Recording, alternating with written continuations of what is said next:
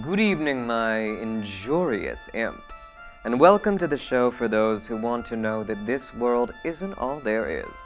Tonight we'll be sharing some troublesome tales of paranormal mischief, sure to move even the most sedentary of viewers. Make sure your cabinets are closed up tight, because the clock just struck midnight. I'm your ghost, Dean Dream, and this is Midnight Visitor.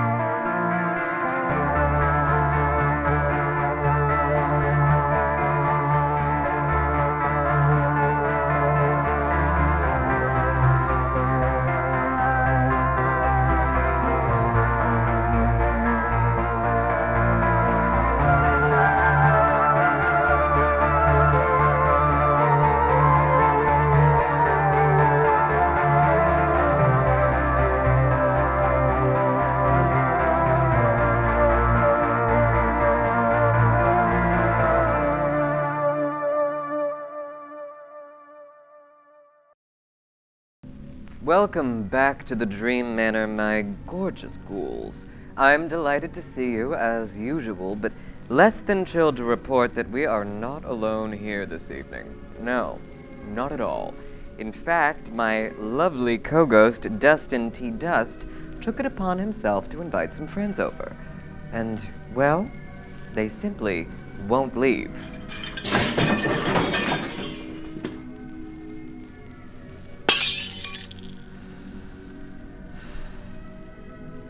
Pleading the fifth, I see. Now, usually I prefer a man of few words, but this is one case where Dustin's passivity is leading to some serious problems. Because these aren't ordinary house guests. No. These are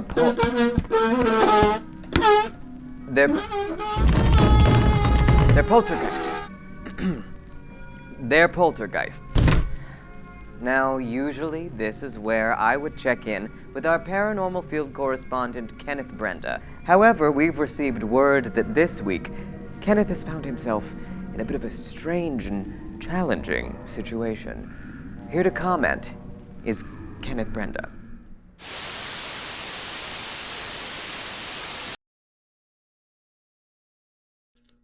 Thanks, Dean. Now, you could say I found myself in a very sticky predicament. In fact, this is a career-defining challenge for a paranormal investigator like myself. You see, in technical terms, what's happened to me is that I've actually been trapped inside of this television set by malicious, mischievous, and malevolent entities. Now, what the layperson might not understand about this situation is that it's actually not uncommon. In fact, if you sit too close to your TV, there's about a 1 in 6 chance of this also happening to you. Unfortunately, I enjoy watching my Golden Girls reruns from about a 5 to 10 inch distance away from the screen, and so there was a higher likelihood of becoming victim to these malicious forces who sucked me right into the TV, where I might stand to remain for the next 15 years. And frankly, I'm not really particularly jazzed about it because, well, it's very cramped and uncomfortable in here. So I'd like to get out as soon as possible. But what I do know is that we're dealing with a kind of malicious, malevolent entity called a poltergeist. And for those of you who might not be aware, poltergeist actually means chicken ghost. And now, signs that you might be dealing with a poltergeist include hearing the sounds of clucking, craving cracked corn, and wanting to roost high at night to keep yourself safe from predators. Scientists don't actually know why the poltergeists have trapped me specifically inside of this television set. However, I, Kenneth Brenda, am going to find. And that is quite enough of that. Now, if you haven't encountered a poltergeist, count yourself lucky. These petulant, mischievous little demons are the known pranksters of the paranormal world, and they tend to primarily cause inconvenient and frankly annoying physical manifestations. Some famous instances of poltergeists include the Enfield haunting, the Bell Witch, the Seaford poltergeist, and that dinner party I had where Judy Garland kept trying to dump pills in the soup. These naughty, nasty little creatures like to bite, pinch, hit, kick, be noisy, and, well, quite frankly, stink. Why would there be a ball in the house? Who is playing ball in here? Oh, thank God. For the love of all things unholy, let's hear our first story of the night.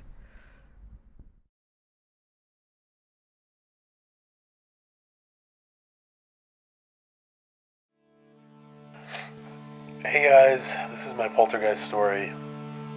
So when I was about 12, I had a really debilitating depression and anxiety, and my family was really trying to get me help. We had been to a bunch of awful therapists and psychiatrist appointments, and it was just kind of one thing after another as my parents tried to figure out what would actually work. I think, it's hard as a parent and you don't really know what to do. So after a lot of trying, they brought me to this one psychiatrist. I was usually pretty reserved during these visits, but I remember liking this lady and feeling like I could talk to her openly.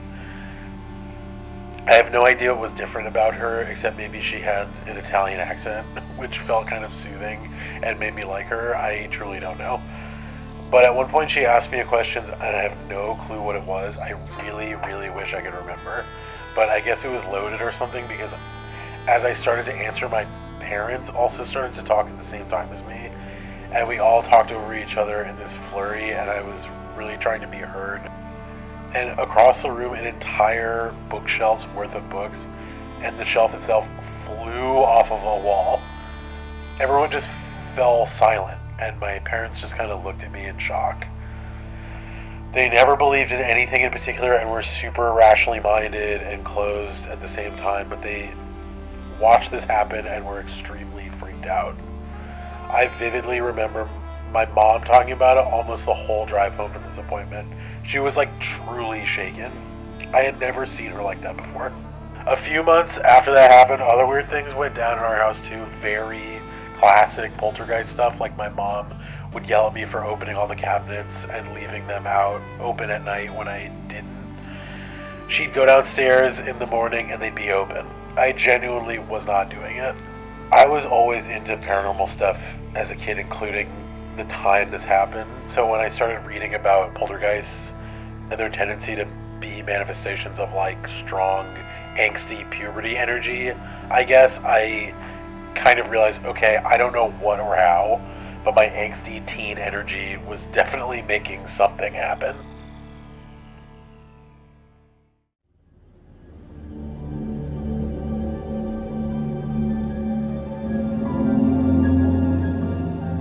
In 1977, I led a team which investigated what is now regarded as the world's most famous poltergeist case, the Enfield poltergeist. It became world headlines at the time, mainly because of the strange, gruff voice that came from a girl called Janet.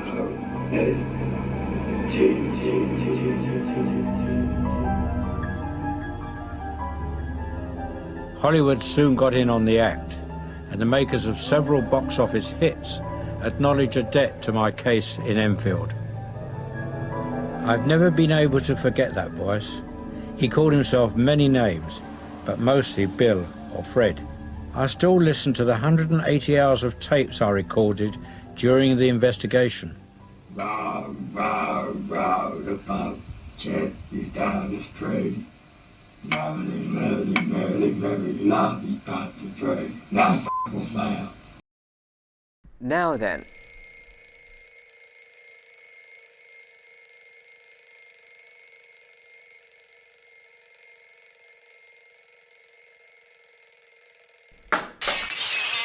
Now then.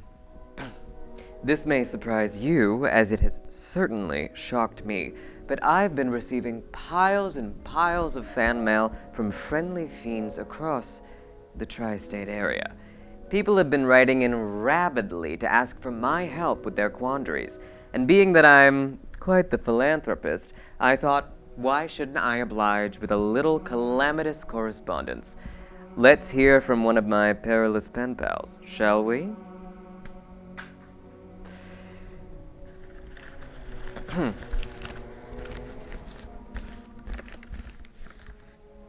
Dear Dean, I'm having a bit of car trouble.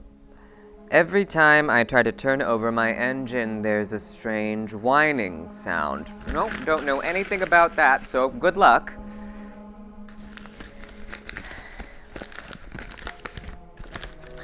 Dear Dean, this is a communication from the New Haven County court system. Absolutely not. Here we go.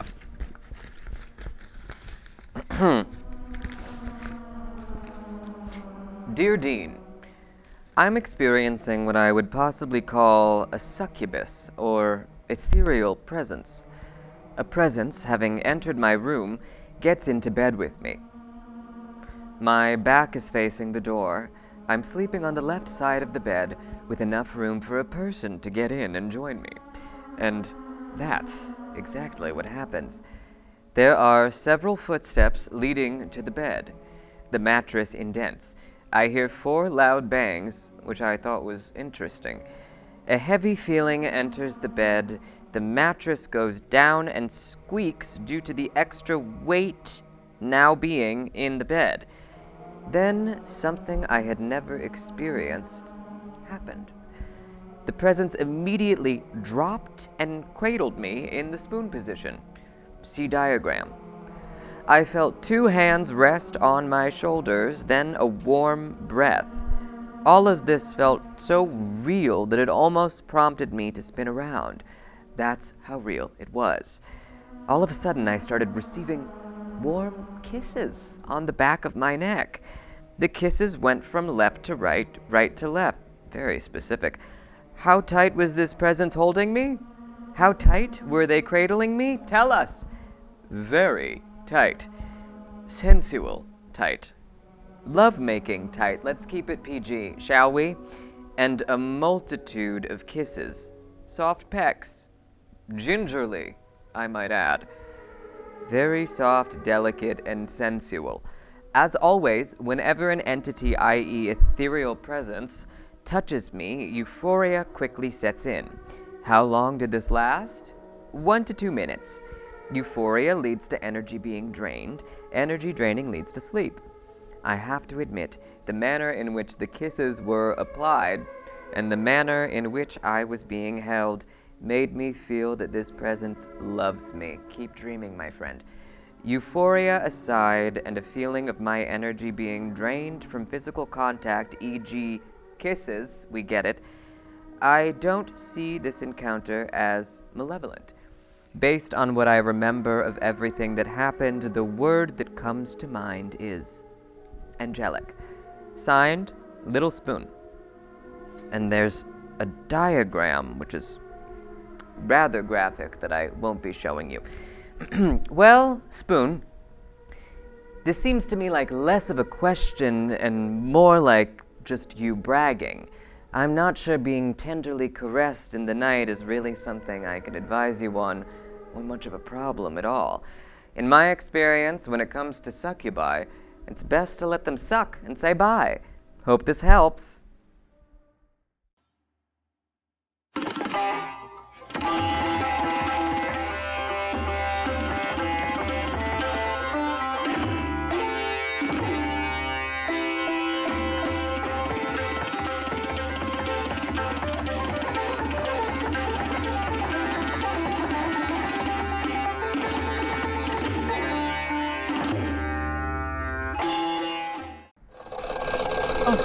That must be our next story. I'll get it.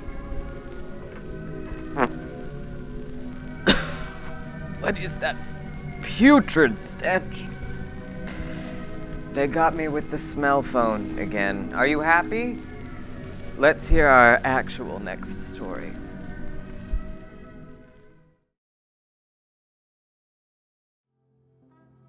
Hello, Dean Dustin and the crew at Midnight Visitor. I've got a little haunting for you. My husband and new baby and our dog and I live in a big old pre-war apartment building in Brooklyn, in a one-bedroom apartment that we sort of fashioned into 2 bedrooms. You know, there's no doorway between the two, but we're scrappy New Yorkers and we've figured out a way to separate the kids' space from our space. So there's kind of a clear demarcation of zones, just setting the scene. One day I was working from home.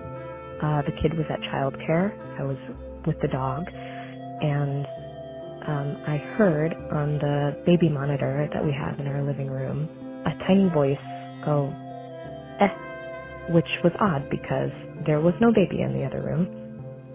And I shrugged it off and I figured it was nothing. Then again, I heard the same little voice go, eh. So I decided that I should check it out. Maybe the window's open, maybe the radio's on. So I forced my dog to come into the other room and take a look. And I go into the bedroom and I go into the kids' zone, and the window's closed and the radio's off, and there's no reason I should be hearing anything. And I'm ready to shrug it off. And then I realize that the dog is refusing to come into the kids' section of the room. Usually she sort of confidently sits around in there, but in this instance she is stopped at the threshold, looking pretty freaked out. So my impulse is to turn around and sort of scurry out of the room and shut the door behind me. But instead, I stay in the kind of kid zone of the big bedroom, and I said, whoever is here, I hear you, and you're safe here, and please go to sleep. And I haven't heard the baby ghost on the baby monitor since. So that's my tiny little haunting, and thanks for everything, Midnight Visitor.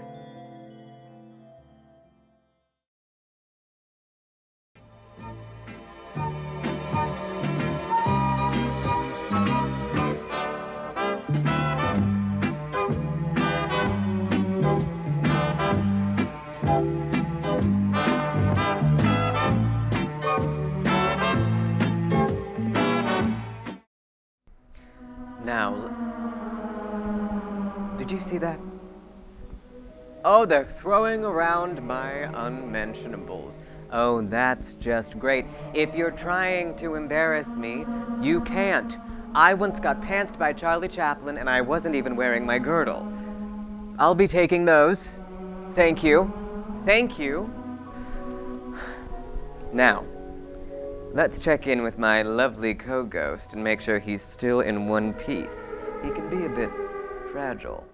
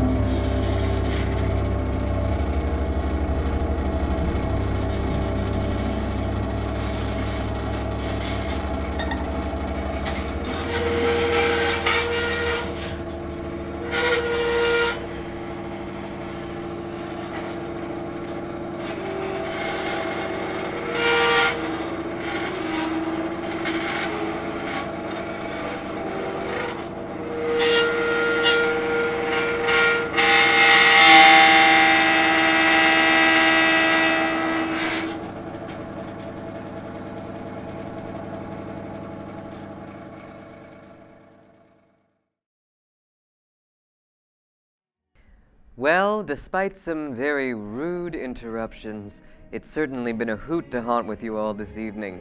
And remember, if you have a story of the strange, unusual, inexplicable, and bizarre, email us at midnightvisitor1984@gmail.com or call our visitor voicemail line at 475-209-2099. You could be featured on the show. And as you fall asleep tonight, remember